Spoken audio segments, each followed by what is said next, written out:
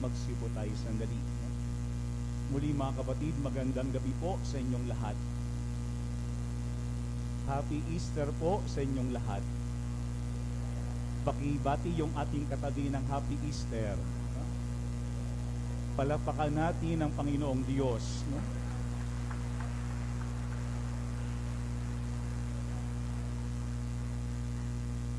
Bawal ang nakasimangot ngayon. Baka kasi yung katabi mo o baka ikaw ay mukha kang Biyernes Santo. Pasko na po ng pagkabuhay. Pagod na po ba kayo? Medyo mahaba na, no? 1 oras at 15 minuto na po tayong nagdiriwang ng Eucharistia. Wala pa po tayo sa kalahati. Mahaba pa po ito.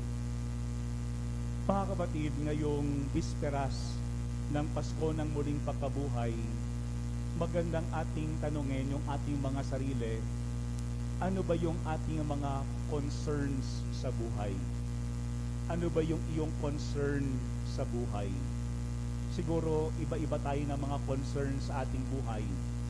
At habang tayo ay tumatanda, nag-iiba din yung ating mga concern sa buhay.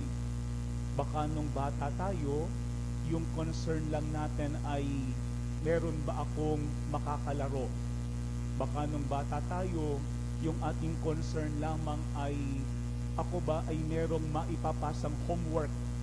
Ako ba ay makakapasa sa aming mga quizzes sa school? Meron ba akong makukuhang award kapag dumating na ang graduation o recognition day? Habang tayo ay tumatanda, maaaring naiiba na yung ating mga concerns. Baka minsan yung ating concern ay makapag-aasawa pa ba ako? No? O kaya ay makakatapos ba ng pag-aaral yung aking mga anak? Ano ba yung aking maipapakain sa kanila?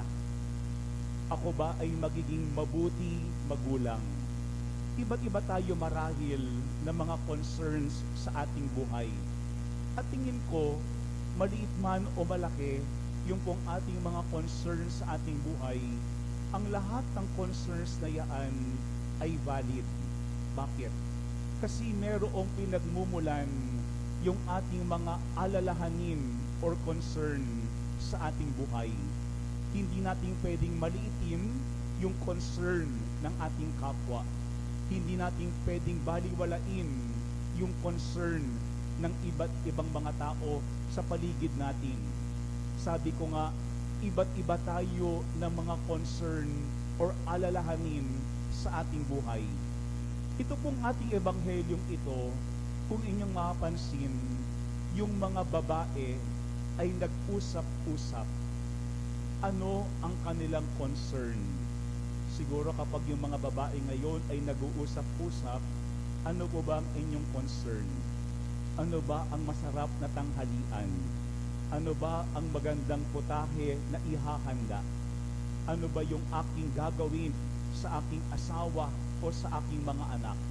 Sa ating mong ebanghelyo, nag-usap-usap ang mga babaeng sina Maria Magdalena, si Mariang ina ni Santiago at ni Salome. Ano ang kanilang concern? Sino kaya ang ating mapakikiusapan na magpagulong ng batong nakatakip sa pintuan ng libingan? Yun po yung kanilang concern. Sino ba yung ating mapapakiusapan para igulong ang bato na nakatakip sa pintuan ng libingan? Sabi ko nga, lahat ng concerns po natin ay valid. Tandaan po natin, yung libingan nung panahon ni Jesus ay hindi simpleng libingan. Ito ay kuweba. Ito ay bahagi marahil ng bundok. At ang sabi nga nila, yung bato na nakatakip sa libingan ni Jesus, ganoon kalaki, ganoon kabigat. At ilang tao ang kakailanganin para maiusog, matanggal yung malaking bato na nakatakip sa pintuan ng libingan ni Jesus. Sabi po ng mga dalubhasa ng Biblia, sa sobrang laki ng panakip na batong iyon, kailangan ng 20 tao para lamang maiusog ang malaking bato. Kaya nga sa ating ebanghelyo, maiintindihan natin ang concern ng mga babae. Sino ang ating mapakikiusapan na magpagulong ng batong nakatakip sa pintuan ng libingan? Mga kapatid, hindi nila inisip, kami ba ay pahihintulutan pumunta sa libingan ng aming Panginoon? Hindi na naging concern nasaan na si Simon Pedro at yung mga lalaking alagad. Bakit sila ay hindi nating kasama sa pagdalaw ng ating Panginoon? Hindi nila naging concern na ano kaya ang gagawin sa atin ng mga sundalong nakabantay sa libingan ni Jesus. Hindi kaya tayo ay kanilang hulihin at patayin din katulad ng ginawa sa ating Panginoon? Hindi po yun ang kanilang concern.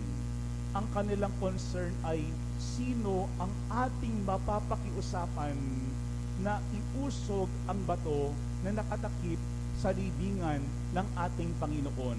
Bakit? Sapagkat ang mga babaeng ito bumili ng pabango. At yung pabangong yun, kanilang gustong ipahid sa mga labi ni Jesus para lamang kanilang maiparamdam patuloy yung kanilang pag-ibig kay Jesus bilang kanilang Panginoon at Guro. Yan ang kanilang concern. Pero maganda po itong ating ebanghelyo. Bakit?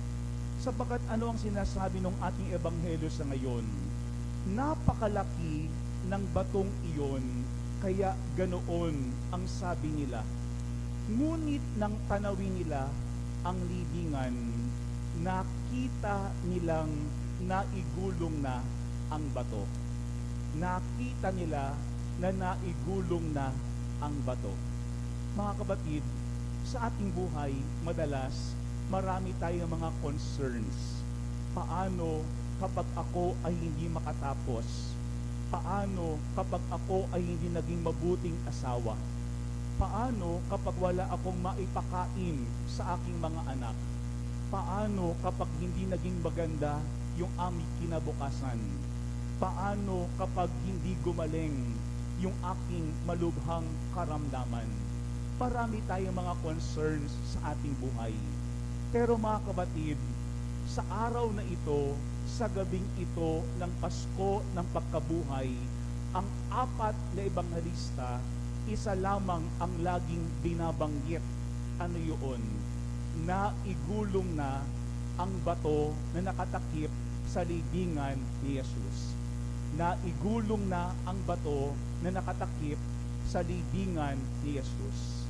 Sino ang gumulong at sino ang nag-usog ng batong yun?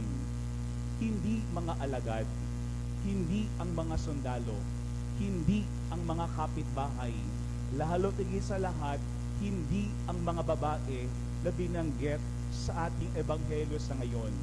Sino ang naggulong, sino ang nag-usog, sino ang nagtanggal ng napakalaking bato?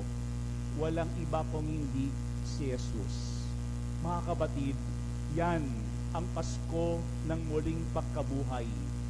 Tinatanggal ng Diyos ang lahat ng mga harang sa ating buhay. Tinatanggal ng Panginoon ang lahat ng mga bato na nakabara sa ating mga buhay. Inuusog ng Panginoon ang lahat ng nagiging balakid sa ating buhay.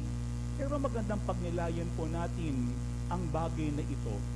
Ano ba yung mga bato na humaharang sa atin? Ano ba yung mga bato na nagiging alipin natin? Ano ba yung mga bato na kahit tinatanggal ni Jesus sa ating buhay, pero baka tayo mismo ang pilit na balik ng mga batong yun? Baka yung batong yun ay yung ating galit. Baka yung batong yun ay yung ating kayabangan. Baka yung batong yun ay yung ating nakaraan. Baka yung batong yun ay yung mga bagay na ating hindi kayang makalimutan o mapatawad sa ating buhay at sa ating kapwa. Kaya nga habang nasa harapan natin ang napakalaking bato, mahihirapan nating makita ang muling nabuhay na si Kristo. Mga kapatid, ngayong araw na ito, tignan natin ang lahat ng ating mga concerns sa ating buhay. Baka pagdating natin sa libingan, yung concern pala natin ay hindi dapat maging tunay na concern. Sapagkat marahil, hindi natin kayang iusog ang bato. Hindi mo kayang iusog ang bato sa iyong pamilya. Hindi mo kayang iusog ang bato sa iyong karamdaman. Hindi mo kayang iusog ang bato sa iyong hanap buhay. Hindi mo kayang iusog ang bato sa iyong bisyo. Hindi mo kayang iusog ang bato ng galit sa iyong mga puso. Pero mga kapatid, sa ating ebanghelyo sa ngayon, pinapakita na pagdating ng mga babae sa may libingan, kanilang napansin na igulong na ang bato. At ang nagtanggal, ang naggulong ng bato ay walang iba kung hindi si Kristo. Mga kapatid, ang Pasko ng Pagkabuhay ay paalaala sa atin lahat ng mga concerns natin, lahat ng mga bumabagabag sa atin, ipagkatiwala natin kay Jesus. Si Jesus na makapangyarihan sa lahat. Si Jesus na tatagumpay hindi lamang sa kamatayan, pati sa ating mga kasalanan at kasamaan. Si Jesus na liwanag na tumalo sa kadiliman. Si Jesus ang siyang mayroong kakayahan ng maggulong at magtanggal ng mga bato sa ating buhay. May mga pagkakataon, hindi natin kayang igulong ang bato ng mag-isa. Magpatulong tayo. Magpatulong tayo. Pero sa isang banda, sana huwag nating panatiliing nasa harapan natin ang mga batong ito. Kasi baka mahirapan nating makita si Kristo. At sana rin, huwag tayong maging bato na haharang sa ating kapwa para kanilang hindi makita ang muling pagkabuhay ni Kristo. Mga kapatid, ang bato mabigat. Ang bato pwedeng humarang. Pero sa isang banda, ang bato pwedeng maging tuntungan para ating makita ang tagumpay ng muling nabuhay na si Jesus. Ang lahat ng mga bato sa ating buhay ay ipagkatiwala natin kay Jesus. Huwag nating harangan ang ating mga sariling buhay ng batong ito. Gamitin natin ang bato para maging tuntungan upang ating makita ang tagumpay ni Kristo.